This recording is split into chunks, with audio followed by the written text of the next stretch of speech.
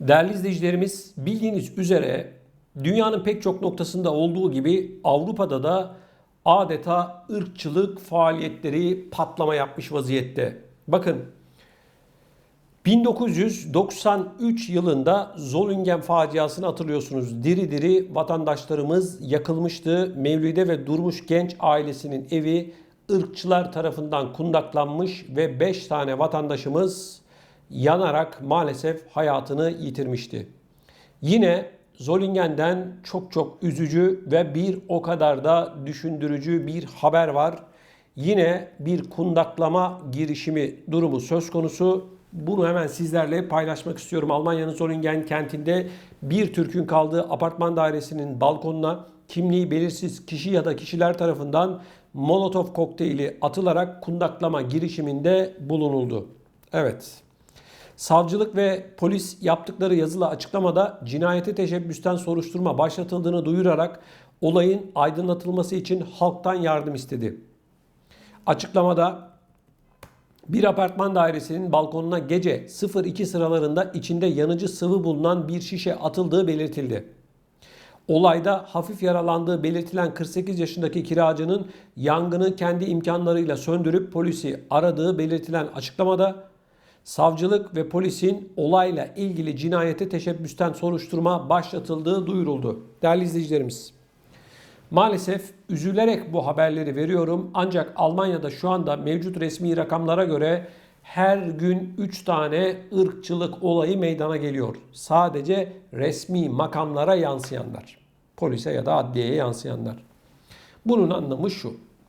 Artık öyle bir noktaya geldi ki ırkçılık akıl alır gibi değil. Okulda, çarşıda, pazarda, otobüste, devlet dairelerinde, belediyede, orada, burada ırkçılık her an karşınıza çıkabiliyor. Şimdi değerli izleyicilerim, ırkçılık bir insanlık suçudur.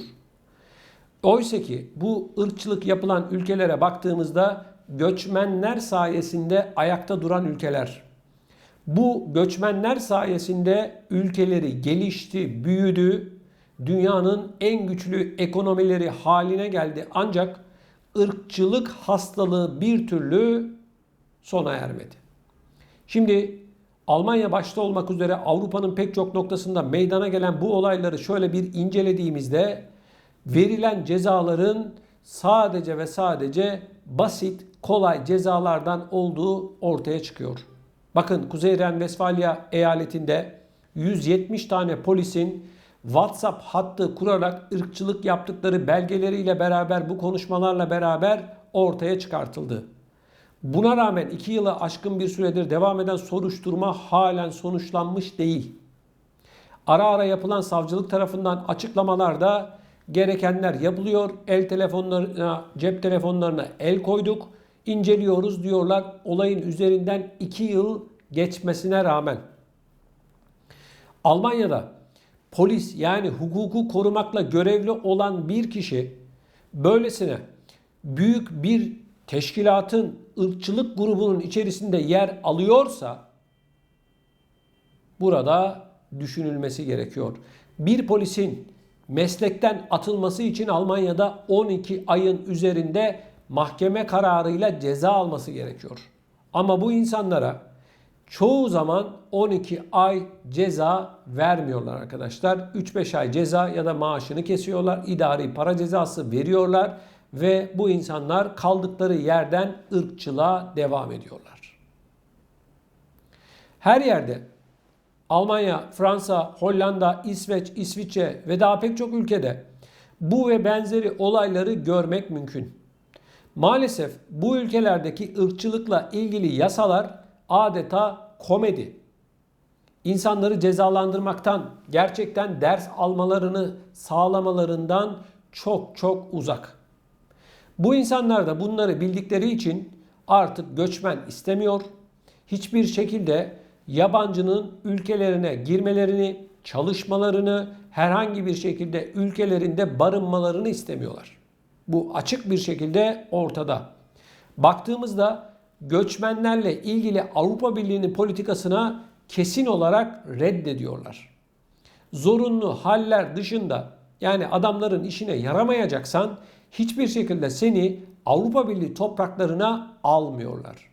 Aile birleşimi haricinde şu anda Almanya, Fransa, İsveç, İsviçre gibi vatandaşlarımızın yoğun olarak yaşamış oldukları yerlerde göçmen olabilmek, o ülkelere gidebilmek artık hayal. Evet, gerçekten durum bu. Hayal arkadaş. Avrupa Birliği Yunanistan'dan başlamak üzere tüm sınırlarını örüyor, kapatıyor. Yunanistan'a Iraklısı, Suriyelisi, Afganistanlısı, Pakistanlısı vesairesi hepsi gidebilmek için Türkiye'den bir yol yapıyorlar kendilerine. İşte İpsala üzerinden ya da Meriç Nehri üzerinden ya da denizden bir şekilde gitmeye çalışıyorlar. Yunan askerleri ya da Avrupa Birliği'nin deniz sınırlarını korumakla görevli olan Frontex adlı teşkilatın askerleri bu göçmenleri nehirde ya da karada ya da denizde nerede olursa olsun yakaladığında bütün elbiselerini alıyor, dayak atıyor ve Türkiye tarafına geri itiyor. Söze geldiklerinde göçmenlerin hakkı, mültecilerin anayasal hakkı yok bilmem ne diyen bu hokkabazlar görüyoruz ki sadece ve sadece sözde bunları uyguluyorlar. Sahaya baktığımızda göçmenlerin yoğun olarak gelmiş olduğu yollara baktığımızda durum hiç de öyle değil. Türkiye tarafına itilen bu göçmenler şu an Türkiye'de yaklaşık 10 milyon. Evet, 10 milyona yakın yabancı var arkadaşlar, göçmen var Türkiye'de. Türkiye'nin ekonomisi ortada. Türkiye 17 milyon işsiziyle, üniversite mezunu işsizleriyle, eğitimlisi, eğitimsiziyle, işsizleriyle kendi yağında kavrulmaya çalışırken bir de üzerine yaklaşık 10 milyon.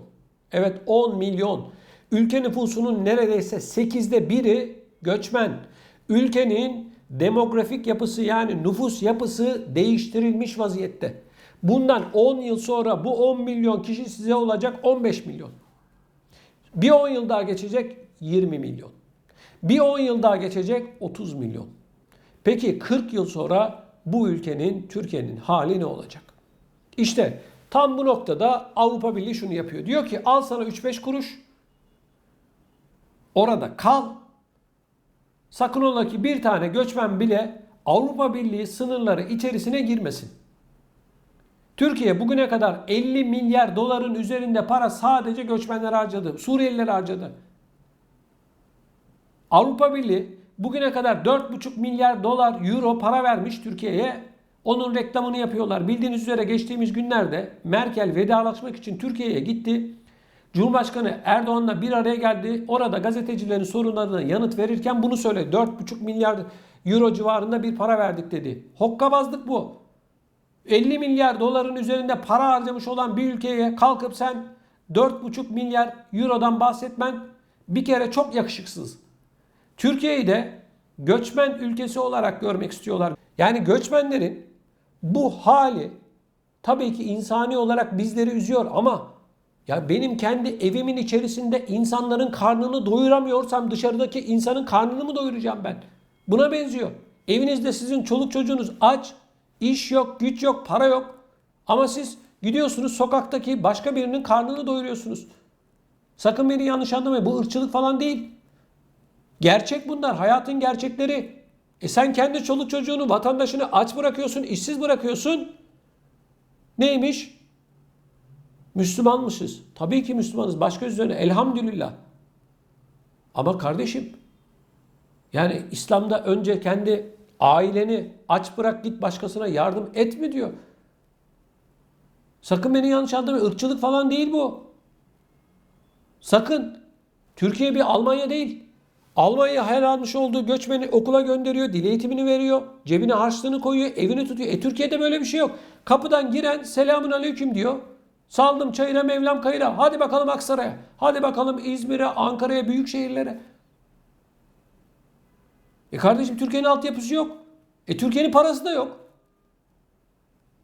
Ve Avrupa Birliği de utanmadan diyor ki Türkiye çok güzel işler yapıyor diyor. Tabi 10 milyon sığınmacı Almanya'ya gelseydi ya da diğer ülkelere gelseydi hepiniz komaya girerdiniz. Türkiye çok güzel işler yapıyor. Allah Allah, sizin bu sözlerinizden dolayı biz mutluluktan uçuyoruz. 17 milyon işsiz var kardeşim Türkiye'de. 17 milyon. Adamlar üniversiteyi bitiriyor işsiz. İşten çıkıyor işsiz. Bir evde, her evde neredeyse bir tane işsiz var. Avrupa Birliği de diyor ki o diyor çok güzel iş yapıyoruz. Tabi vatandaşı aç, sefil. Güzel iş tabi. Ama bu ülkeleri kim karıştırıyor? Suriye'yi kim karıştırdı? Irak'ı kim karıştırdı? İran'ı kim karıştırdı? Pakistan, Afganistan kim karıştırdı? Bu göçmenlerin yoğun olarak gelmiş olduğu ülkelerden bahsediyorum. Türkiye sanki babalarının dükkanı. Böyle şey mi olur ya? Yeter artık kardeşim. Yeter. Türkiye'nin yapacağı şey belli arkadaşlar.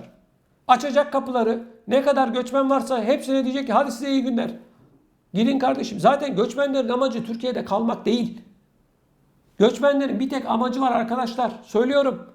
Almanya başta olmak üzere Avrupa'ya gitmek. Türkiye'yi kullanıyorlar bu göçmenler. Evet. Tamam savaştan kaçtılar baş göz üzerine. Çoluk çocuk perişan, baş göz üzerine. Yaşlılar perişan. Ama kardeşim halkın artık buna dayanacak hali kalmadı. Bu göçmen politikası yanlış. Baştan sona yanlış. Yanlış. Kusura bakmayın. Birileri alınıyor biliyorum. Yayınlarımızı izliyorlar. Biraz gönül koyuyorlar bana ama hiç kimse kusura bakmasın.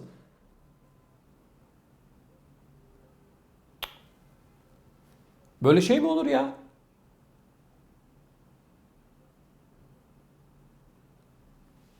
Değerli izleyicilerimiz, bu olaylar gerçekten sokaktaki vatandaşı da üzüyor.